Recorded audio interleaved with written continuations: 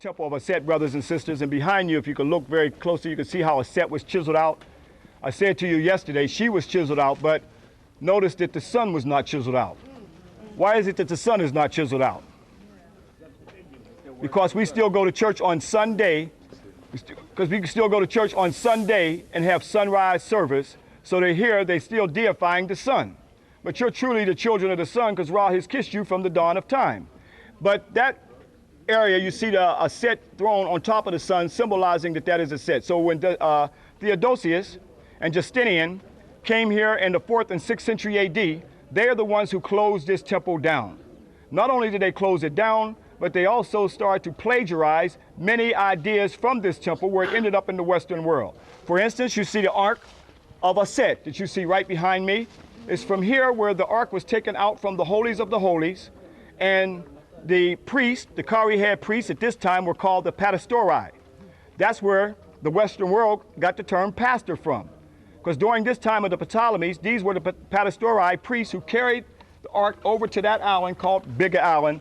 As I showed you right here, the same idea, where the carrying of the Ark of the Black Madonna in France, as I said before, this temple, as I repeated again, was named after this temple right here, Père Aset, later became Paris, France, and the Notre Dame temple was copied from here. And you see the Ark right here, where they still have, at this time, Mary being black and Jesus being black.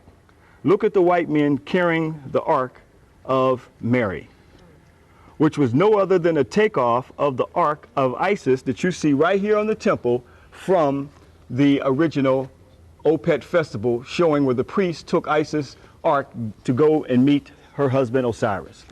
At this time, they still had Mary as black. She was not white here, showing the procession that they have in Europe that was originally copied from African people.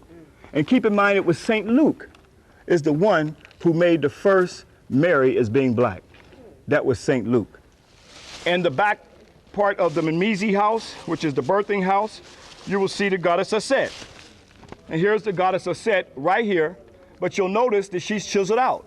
What makes the Italian, European Madonna and Child more sacred than yours when you had it first?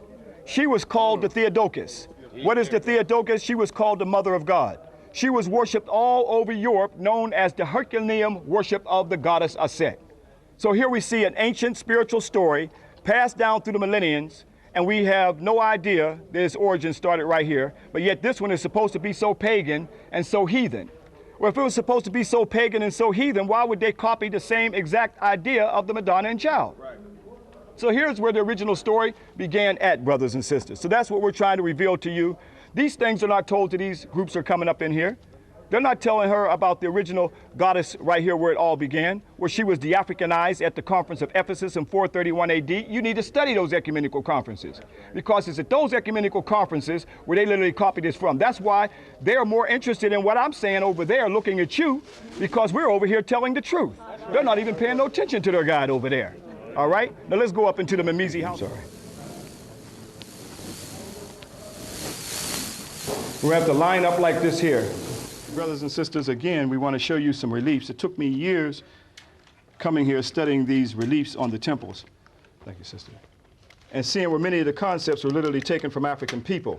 Keep in mind when Theodosius and Justinian came in to Africa, for many years they came in as plunderers of this temple right here. And why did they close it down? As I said before, they closed it down because they were stealing many of their theological concepts right up out of Africa. And that's what we want to deal with right here. Now here we have Isis, as our ancestors called her Aset, with her holy child. Why did they chisel it out? Justinian is the one who closed this temple down, where many of our Nubian brothers and sisters used this temple and saw Isis and Horus as sacred until the coming of Justinian, where they closed it down to forbid our brothers and sisters to worship the first Madonna and Child. The first Trinity came directly from African people. Why did they chisel it out? Because you were on this temple. And here she is right here. Now, this is the African goddess that goes back 4,100 years BC to Madonna and Child.